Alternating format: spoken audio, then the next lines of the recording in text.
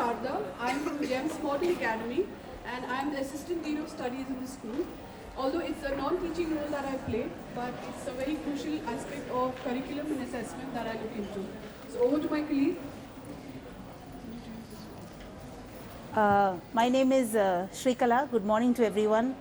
I wear a couple of hats. For a very long time I've been wearing the counselor hat and that's why I've been involved with the student council. I also look into wellness and the gifted and talented program at school. So talking about our session today, the theme that, as you all have seen earlier, the earlier slide, is wisdom that we've chosen. Now, wisdom is something that we've looked at as a virtue in the aspect of the student leadership capabilities. So our session talks about, we want to share our story, our journey, with how we've changed from one particular model of student leadership in the school to the other, and which has empowered almost all students of different age groups. But at the same time, it has changed the systemic thinking at school. So,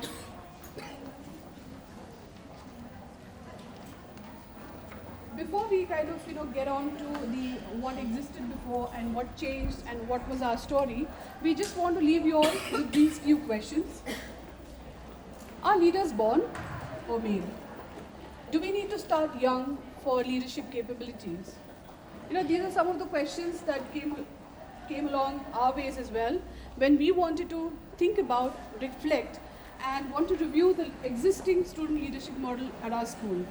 So we leave it with these questions. Maybe during the course of our session, maybe some of them will get answered, and some of them will be probably answers that you all will want to look back in your own school.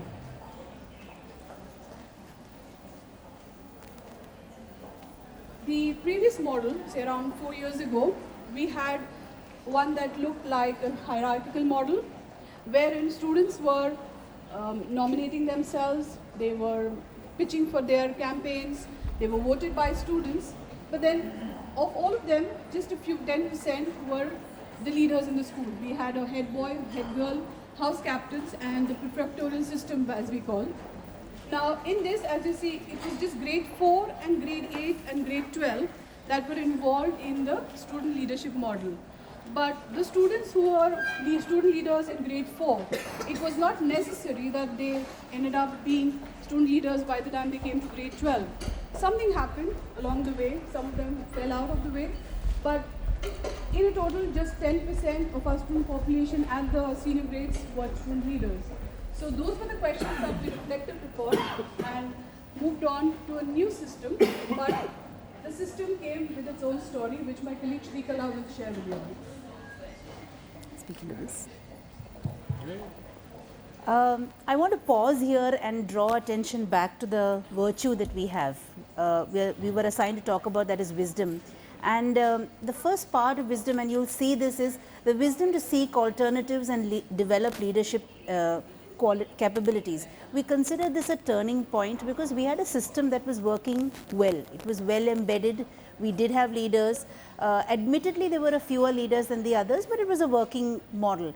At some point, however, we did realize that this is not working for everyone, and it is not bringing us the returns that we really want for leadership, and which meant that we had to go back to the drawing board and say, what do we want when we say leadership? So, these questions that were flashed at you were questions that had been in our minds for a very long time, but we decided that we had to do something about it. And what we did therefore is use the design thinking framework to start planning ahead. So it wasn't just about asking a few people, okay, tell us what you think should go or what new ideas. We decided to do it in a slightly more step-by-step manner. The first step, as you can see, is empathize, which meant that we started to talk to students. We started to talk to the grade 12 students who were leaving, the grade 11 students who had entered senior school. We talked to all members of the senior leadership team, all senior teachers. So everyone started to have a conversation on what we felt student leadership is, what's working, is this model working really. The second step is, so you can see how from that moment of empathy we went on to then define leadership. Of course, we had hiccups in the beginning. Every program has hiccups, and we faced a lot of resistance from people who thought they deserved a badge, they deserved to be recognized as leaders, and there was a lot of resistance to our initial things. And you'll see, if we can just go to the next slide, you'll see some images and a video a little later on. What we embarked on was a 3-day design thinking process spread out over a period of 3 to 4 months. And during that time, the students began to research on every possible leadership model there is. What are the prototypes? What is the strength of each of these models? And they went so far as to look at political leadership models, social entrepreneurship leadership models. So they moved out of school. And some of the images will show you how then they pulled down to the prototype and the testing, which was 2 proposals, which we then had them vote and pick the one that best seemed to work for them, and that was finally our student council. Now, the word student council, I must tell you, the biggest resistance was the word student council, because traditionally we all know what student councils are. They're a group of students, but this was a little more carefully organized. For us, we don't have anymore a head of council. We don't have a student who is the leader of the council. Everybody is a leader, and that was one thing that we wanted to make very, very clear. Everyone is a leader. There is no one activity that one person is in charge of. Everyone gets a chance at taking turns for a particular event. Once that happened, we then did another radical change. The next image is one of our investiture. And before you look at the pictures, I want you to once more look at the virtue of wisdom that's highlighted on top. You will be getting this in a handout along with the link, so you can look at it. But really, we find this process started to bring out these sub-virtues under that virtue of wisdom. Now, this was a very emotional moment for us, because previously we would have one school leader, one student leader, one person getting the badge, and here on stage we had to have a separate stage because all 150 entire batch strength went up there. Each person takes a specific oath that they developed for the council. Now, as you can see, you know, when we were preparing for this session, and we were trying to think of what's the likeness with Sheikh Zayed, you know, and the vision of Dubai that it is today, and we realized that ownership, when it is shared with everybody, and if everyone shares in the vision, and if everyone shares in it right from the beginning, not at the end, that's the secret to it. And that's what we really saw happening at this stage. Following this, we had this ceremony. We had a series, a carousel of workshop. That's me in a much older hairstyle. But we had a carousel of workshops where different individuals from the school did workshops on specific aspects of leadership, and then each student council was assigned a resource pack, which means this is their resource pack for the year, which constitutes a constitution, it constitutes their aims, the vision and mission which they develop, which events take place during the year. So they don't conjure up. One of the things is they didn't just come up with new events. They sat down with the diary and say, what is happening in the school? What can we weave in? Very often we mistake that we have to come up with new ventures all the time, and that's not necessary. It's about just strengthening the ones that are already there. So we looked at the checklist, and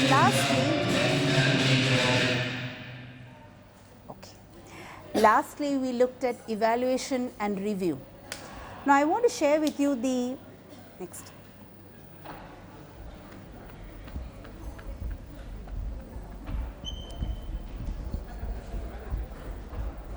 I want to share with you the impact. Do you think the first year this would have worked? How many of us think would have been a success? 50% success?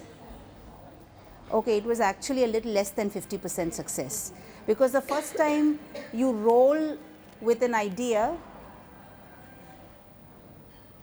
we're just waiting for the video link to play, but for the first time you roll with an idea, you're not going to get the kind of success that we envision. So our review process was very, very important.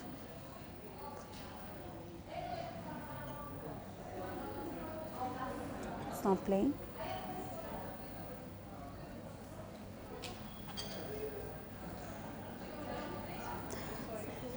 Okay, we just had a little video clipping of the process of, we thought we'll show you one of our most powerful oaths. But anyways, the review process was important because we didn't get the 50% success that we thought. What were some of the points that came out? The students didn't want as much freedom as we thought they would want. So in other words, they did want an adult to interact with them, give them a little more guidance, tell them if their ideas were making sense, shoot down the ones that were not making sense, and so that was point number one. Secondly, they also said that we didn't want to be assigned to different councils. We wanted to volunteer. And I'm sorry that you're missing the clipping because they actually conducted a recruitment fair where at each council they would sell their best ideas and they would pitch to the council. So we were trying to attract the best talent. Can you see how the business mentality was, business skills were being dealt with, but being taught to all the councils. So in the second year around, we revived, we made these additions. We had teachers being more involved. We had teachers, we had a recruitment fair, so it's no longer assigned. They hire the best, just like it happens in college actually. They pitch their ideas and hire the best talents. And thirdly, what we've also seen, and which has worked to a great success, is we have one day where we showcase all the work of the councils by the end of the year. So I'm pausing here again to look at how is this wisdom. It's wisdom because at the end of the second year, frankly, we had a lot of pressure at the end of the first year because people said, you're stopping something that works very well. People are not going to get prefect badges. Parents were upset. Some senior students were upset. So we had a lot of pressure saying, okay, make this work for us. But I think the wisdom was in not giving up at that point of time and saying, okay, if we have to change, let's change it. Let's stick with it, but we have to have a little bit more changes. You know, let's give it to the kids. And that's really what the recruitment fair showed us. Give it to the kids, but be there with them and make sure that they all ownership. I must tell you, the kind of initiatives that have come up in our school because of this are unbelievable. And something that I'm personally very happy, because I was heading it for the first 2 years, is that I saw a lot of quiet people come out of the woodwork, you know. Otherwise, it's always the toppers or it's always the really confident kids. But we saw a lot of really quiet children coming out. And that, therefore, again, when we are bringing it back to our discussion on wisdom, we said you have to wait just long enough for something to take fruit. You have to be a little patient. You've got to get everybody on board. And maybe that's where the wisdom really lies. Over to Sharda for the second model that we experimented with.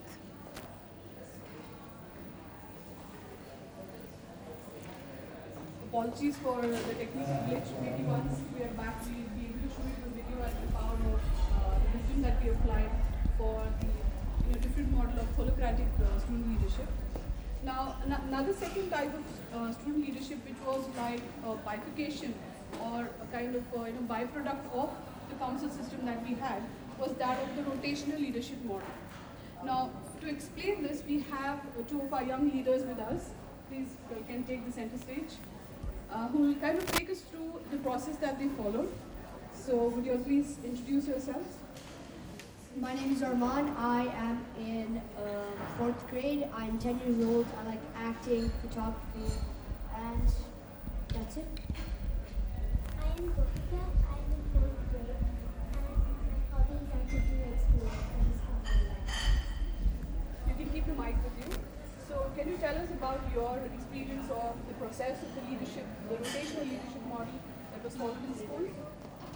So the rotational leadership system is when our school chooses two leaders and Can I just stop you there?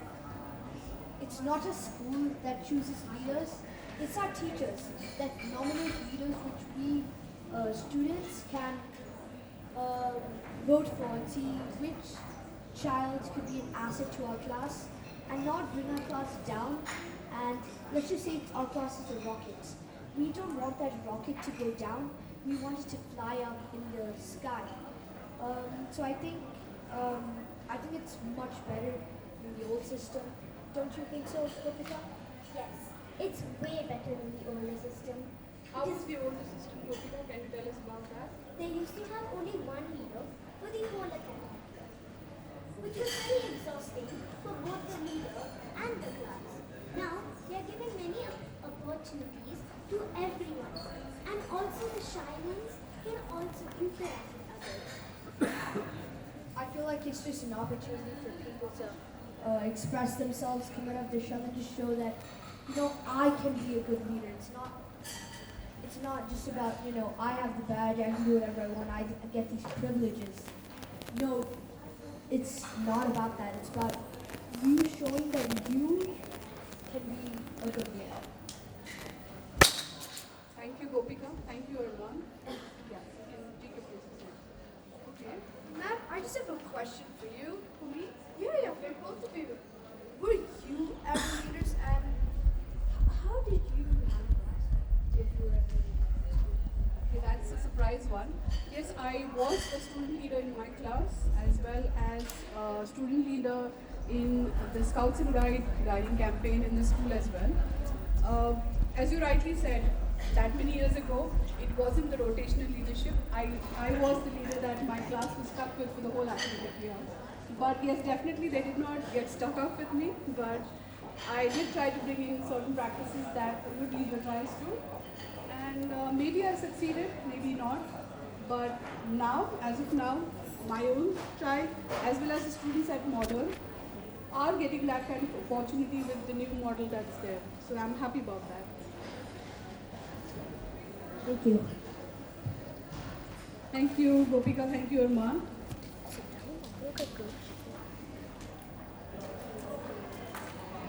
Just as a key kind of result of the council system and the rotational leadership model, I think Shrikala has already covered most of these points, and we'll move on to the next aspect of the key takeaway. That, as you will have seen, that we use the holocratic model and not the hierarchy model. That's one key takeaway for us. The other was we used a framework, a process, a principle like design thinking to kind of come to that ideation of the way forward, to bring in the change system. So it was all about using the virtues of wisdom and looking at it curiously, looking at it creatively, how better can we empower all students of the Yes, very well. So that's the key takeaway from our session for today. Questions? So we would like to say thank you. Meanwhile, we fixed the video. In case you all have some questions to ask for us, that would be great. And also there's a small task that we would like you all to do as well as an end activity. You all have some post-its on your tables. And at this corner of the hall we have two posters of Sheikh Zayed here with some quotes on it which are related to leadership and the future No, generation. it's wait here. So looking at the next slide. Ask for questions. Take questions first. Okay. Then they'll get up. Okay. Take questions. Okay. So can we have some questions before we go into the activity? Some questions that you would like to ask? Yes? I didn't understand acoustically how this vocational system works. The acoustic was very bad. The thing is that each month there is one student leader in the class. So we have rotational leadership model working for grade 4 and grade 8. Currently our grade 8 students are giving their exams, so that's why we have grade 4 students have been leaders when they were in a particular month of that academic year. So each month the grade 4 students go through a voting process. Actually, there are a couple of characteristics that their peers also vote for them. So what we found is that when they start looking for, they deliberately look for people who don't usually get selected. There have to be you don't have to have all the characteristics, but you have to have a few of the characteristics, and everybody gets involved in selecting that particular leader for the week or fortnight. So you have to check There are a few attributes that are given to them. Does it happen so anytime that the same candidate is repeated? No, the instruction is that the same person cannot be repeated through the year. So the idea is that every child must get a chance at being leader throughout. So every child has had a chance for at least leader to be for a week because of the numbers in the classroom, leader for a week. I think these are for us our cusp years. So after 4 they go to grade 5, then it's a settling time. After 8 they go to high school. So we chose 4, 8, 11 and 12. So that worked for our school. So For 11 and 12 you don't have the vocational one. no, 11 and 12 is the councils. Yeah. Do they look after the whole school, 11 and 12, or they are only dealing with it? In the first year they only looked at the whole school, but the second year along with the expansion, what we did is that we had a similar system for grade 8. They linked with them. So and now this year, so this means that anytime they go, and actually we were to have representatives, but they're having exams. So you would have been able to see the grade 11, the grade 8, they're linking up their initiatives and working together now.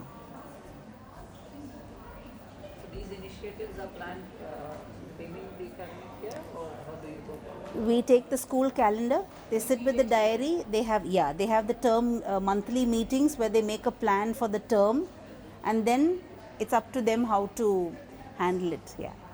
But in the handout you will see some of the key initiatives, but there are lots of small things that the children have woven in. So they just might be something during open house, any opportunity in the school, anything that's happening in the school.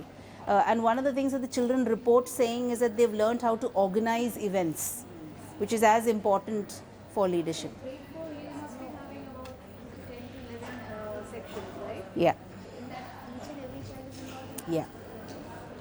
And is it that they just take care of that section or the entire? For their class. So for each class they are the leader. So that class monitor role has gone off. And then what about the other grades like grade 3 and grade 2 and grade 1? No, we don't have student leaders there. There it is more of everybody, there's a teacher who's responsible for all the actions. So basically the leadership that you are, or the role that you are assigning is that it starts from grade 4 onwards. At the moment, yes, but this year the kindergarten head is working on how early, that's why one of the questions was how early can we start? And since we believe that almost all leadership skills can be taught, we are looking at from this year kindergarten also will go through a similar process. Any other questions? So as Sharda said, as a last takeaway, and if you flip the handout, you will see the 24 signature character strengths of the VIA survey, and we'd like you to use your post-its to identify any 2 of the character strengths that you think best embodied Sheikh Zayed and place it on the posters on your way out.